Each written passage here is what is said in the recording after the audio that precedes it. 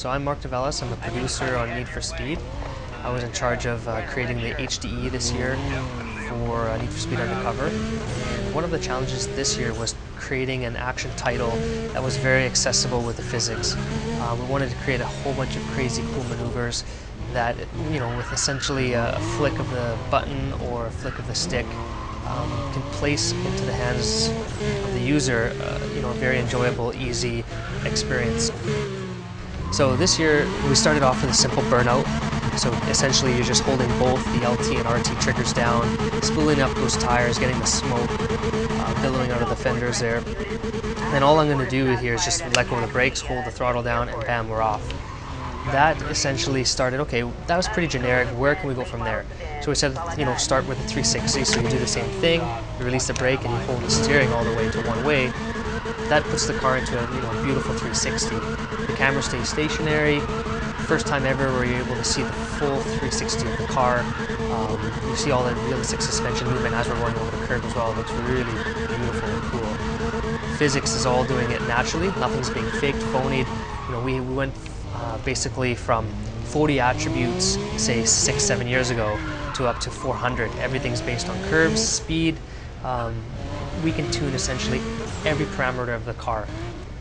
So then we got the brakes down, we went to the 360.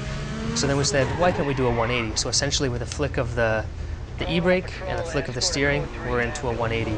Let's leave the camera stationary there, and all we have to do now, the camera's perfect for reverse driving. Camera rotates around, and now we're reverse driving. So it's very touchy, as in real life. You have to be really sensitive for the stick. Little taps will do, but now we're actually driving in reverse, something we've never ever had before in any Need for Speed. And essentially you get a totally different perspective. You're looking at the front of the car now. So now that we have reverse driving, we said, okay, very cool, can we do J-turns with a flick of a switch? So all we do is flick, boom, we're the other way. So let's see that combined. So let's go into a J-turn, goes into reverse, flick of a switch, boom, we're back going the other way with the J-turn there. So then we said, okay, all that's separating now to do 360s is just doing that faster.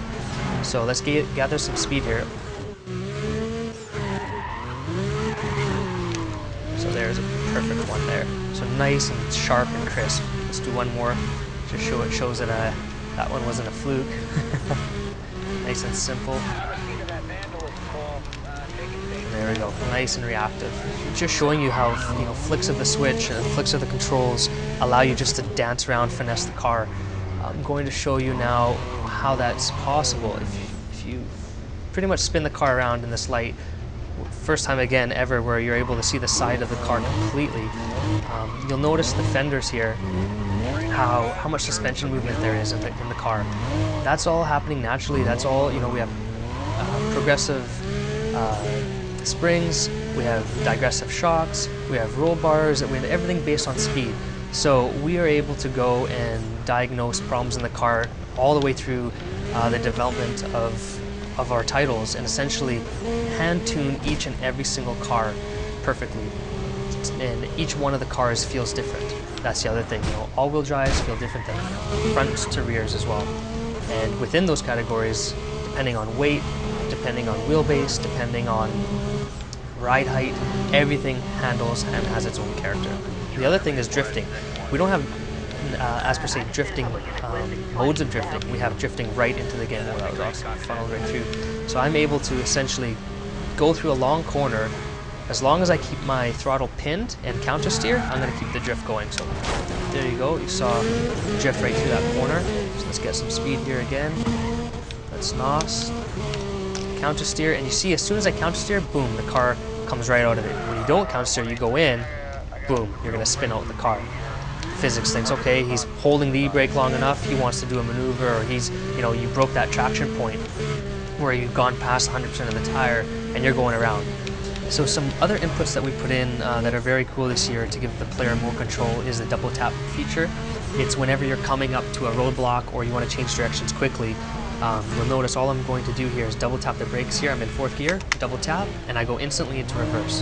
This car is stopped, and I'm spooled already up to 50, 60 miles per hour. That allows quick transitions, allows me to get away from cops, allows me to spin off cops, super simple.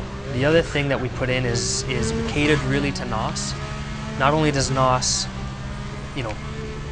blow by the opponents, we also made it so the NOS puts the power to the ground. As I'm going into the drift, I can hit the e-brake, NOS at the same time. You just saw I just did a nitro drift there. The style points popped up.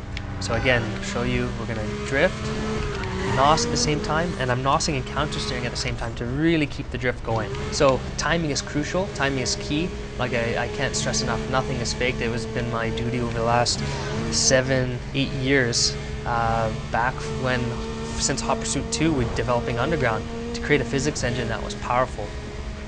All that work is a culmination of what we made in Need for Speed Undercover.